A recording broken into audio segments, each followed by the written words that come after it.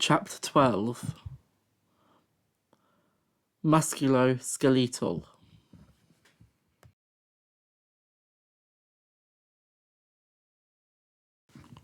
Bones. The coke fizzed in my sister's glass as she sat upon the bench on the decking in front of the gooseberry bush. My Auntie Heidi's arms slung around her, their faces close in the way that my aunt liked to do, as if the proximity would mean that her words would sink in deeper. My sister leaning away, only slightly, over the arm of the bench, the small twiggy branches rubbing against the back of her hair, the green of the leaves staining the back of her golden locks. I was surprised to see her still out. She didn't love parties, the same way I did. I loved to be around people. I found it effortless to talk and be talked to, but looking at the way she would shut her eyes tight to force the start of sentences out of her mouth, I saw that it took her more effort than I thought. More effort to understand and communicate with the drunk, loud, funny, caring, yet deeply emotional members of our family. My own gin and lemonade fizzed too, bubbling against the red lines of the measuring jug I was drinking out of. The one that I was expected to drink out of, since that Boxing Day when my nan and granddad had run out of glasses, so I had to drink out of anything. Joking to the familiar audience that this is perfect. It has both a handle and a spout. So now I had to, while I sat in my garden in the summer, holding the heavy glass handle and putting the lip against my own, letting the light pink liquid pour down my open throat, wiping the small droplets of dribbles off my chin. Then, a sudden crash and scream as we all look across the garden to see my sister and my aunt suddenly slanted in their seats.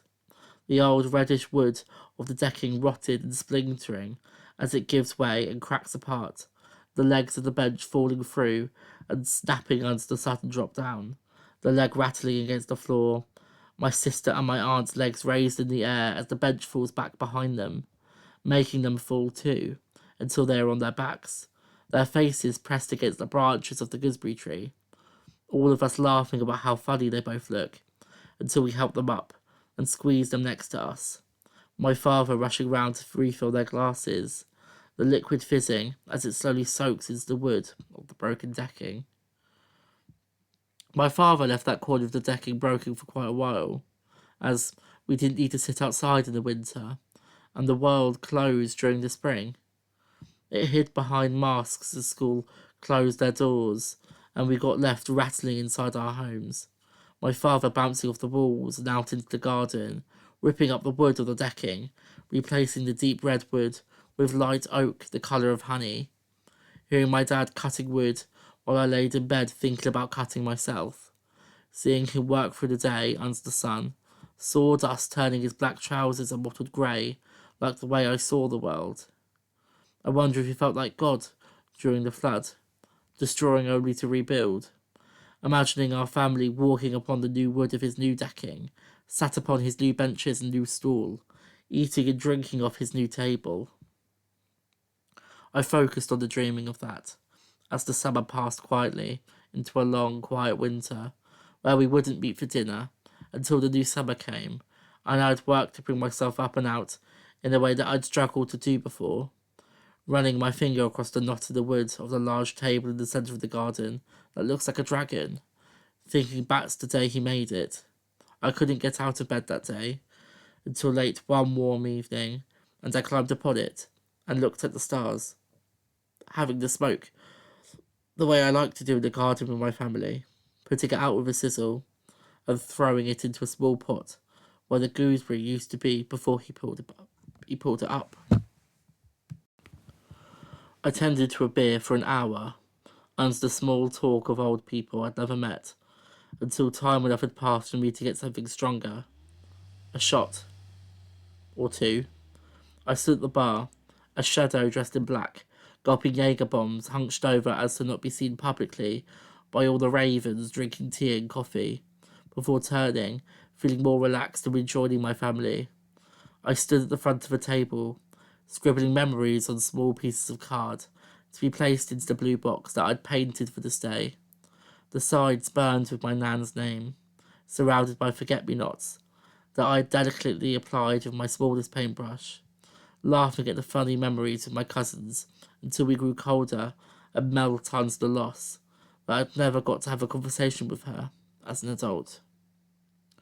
I smoked whole packs of cigarettes in the garden of the Conservative Club, where I'd had the worst job interview of my life and had attended many parties, blowing smoke alone until I was joined by cousins, asking each other how we are, swapping lighters, our fingers touching as we push out air mixed with ash as an exhale, a brief respite from the more formal speech we'd been conducting, almost as if written on the folded paper that my cousin had read from the altar in the service, before returning back inside.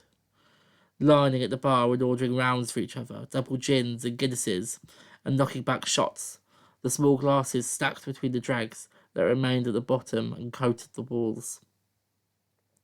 Let's sit outside.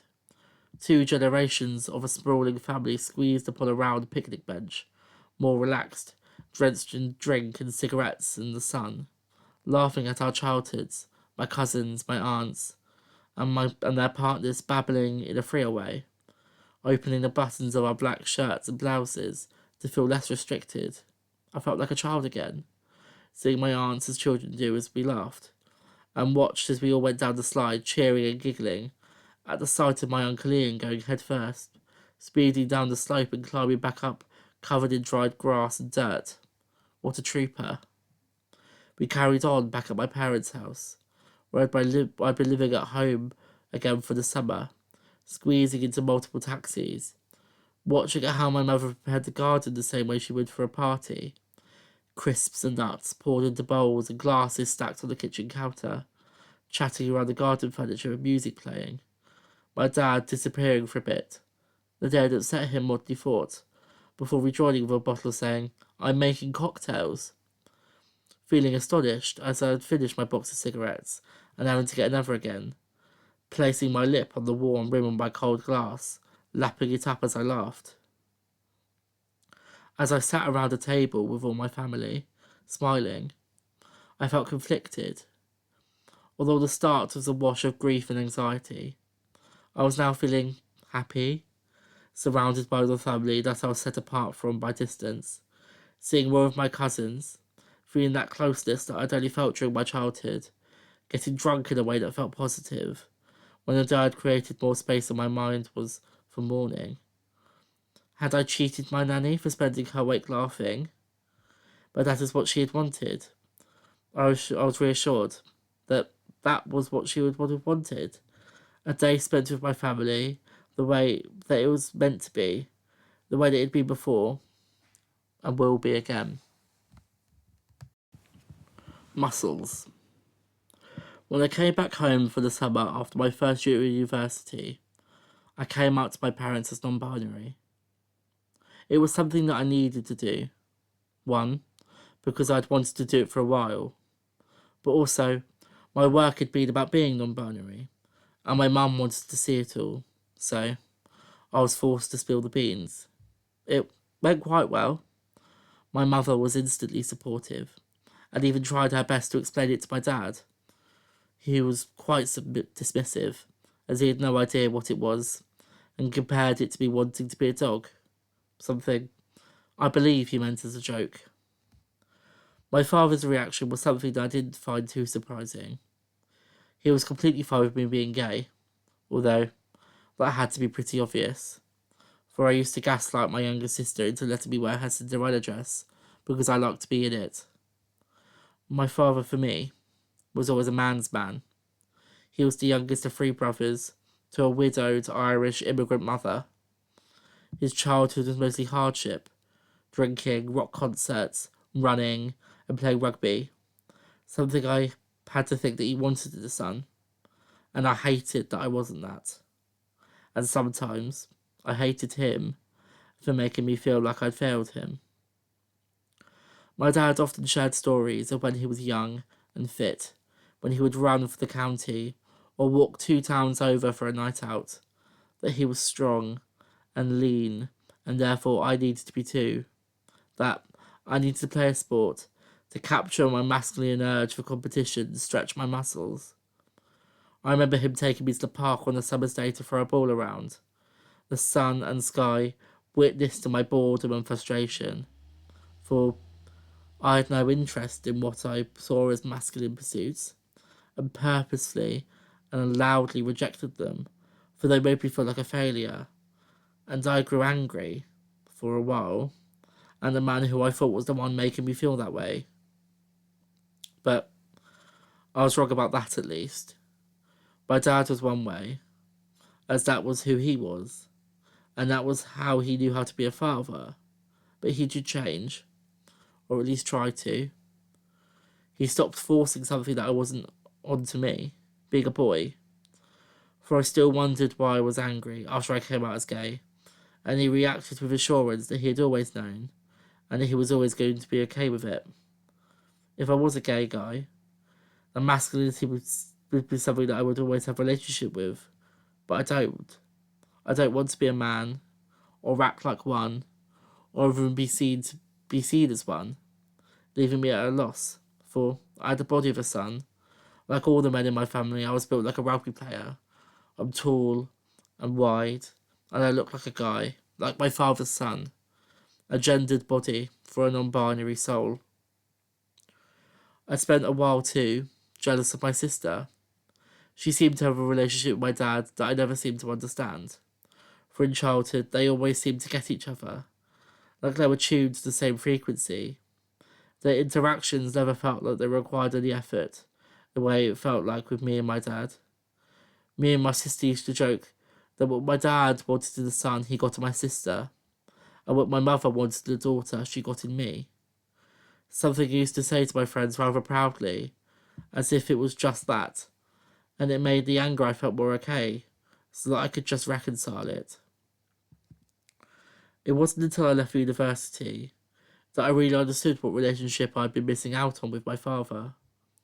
My dad would often spend time up in Caister, just 40 minutes from where I'd lived. Often, he would pick me up and take me out, where we would drink, talk, get drunk, talk more, have a takeaway, then he would take me back to Norwich the next day. These times always felt completely easy, and it made me regret those years I spent upset at my father.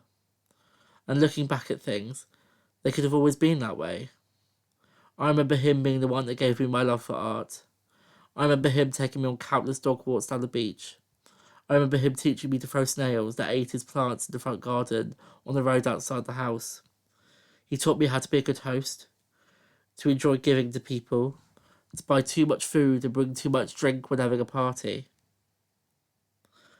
I released myself from that sadness, that I might not have been what my father imagined having a son was like, and released my father from my anger towards him for that. Finally. Tendons. This transcript is taken from the Instagram direct messages between my friend Bryony and me over 2 days, a Sunday and a Monday, where we talk about life and uni work.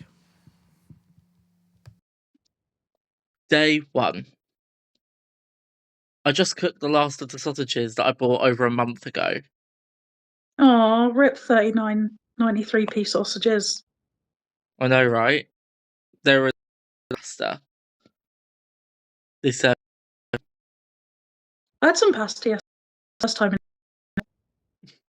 damn, nuggets and chips. But oh, my throat is killing me. I suppose you can't boil past room.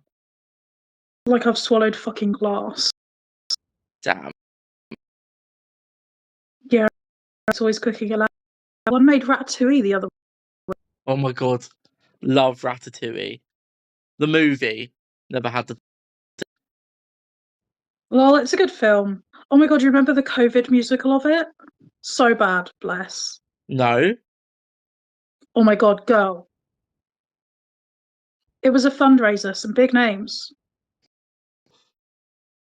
But oh my fucking god, all digital, really bad editing. But it's all a good laugh. I might save it and watch it the next time I'm high. Oh my god, yes. Look who stole my bed. Bless. She's moved to the sofa now. Last night she freaked out over fireworks, so I'm letting her into the main living room area with me in case they do more tonight.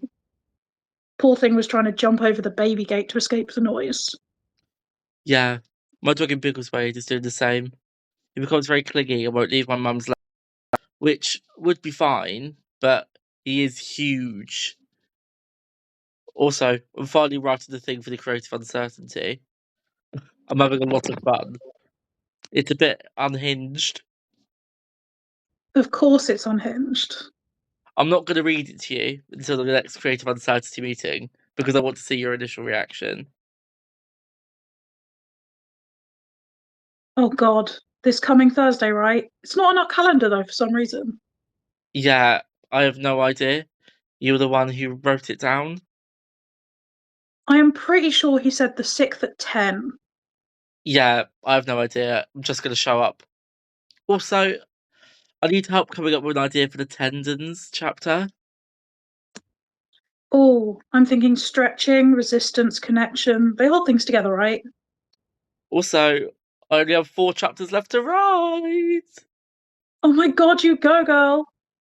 Flexible but not elastic. Things bending until they snap, maybe? Like mental break or instability. Like you need them for muscle and skeleton to function. Yeah, I'll give it a think.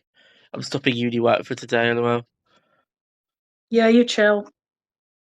Oh my god, my drama teacher in high school told us the story of the girl in his class once snapping her hamstring. Like just stood up and snap, leg useless, terrifying. Damn.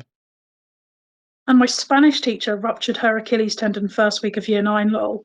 Ended up having a substitute who taught us the wrong Spanish. Dude taught us Portuguese Spanish and not Spanish Spanish. It's close, but fuck me, not slay. Ah, She did it playing tennis, apparently, and that's why you should never do sports. day 2. Ah, they're all still in the project space. Oh my god, rude. Ah. Well, the tutors moved them for you. Why are they even there? They're in the damn way. He said eventually. Christ, you booked the damn space. They're just dumped there for the master students to grab. Fuckers. Ugh, I'm so overwhelmed. Also, I'm realising that I've never actually hung up a painting before for an exhibition. Deep breath. You talk to 3D about hanging methods. Just screws. It's all up! Ah, show me! Looks so good! Walls all okay, or did you need to paint them first? I had to paint some spots, but it went quickly. That's good. And your show isn't leaving a mess, so one install won't be much fucking about. Yeah, it'll be unscrewing and taking the paintings back to the basement. The sleigh. I feel a bit hollow and sad. I don't know. Like, I think I had the idea for this series of paintings a week after my nan died. And, like, I don't know. I think I was placing the energy of grief into it. The paintings and all the writings. And now the paintings are done, hanging up, and the writings are coming to an end. I have nowhere to separate from me to put all the feelings. It's over, you know? And, you know, I've spent so long on this series, and after it's done, it's like something's missing almost. I just feel like that right now. Take the evening to recover from all the built up energy. You've been going 100 miles an hour for ages. You've made such great work. Relish in that. It's not lost, it's now out in the world for people to appreciate.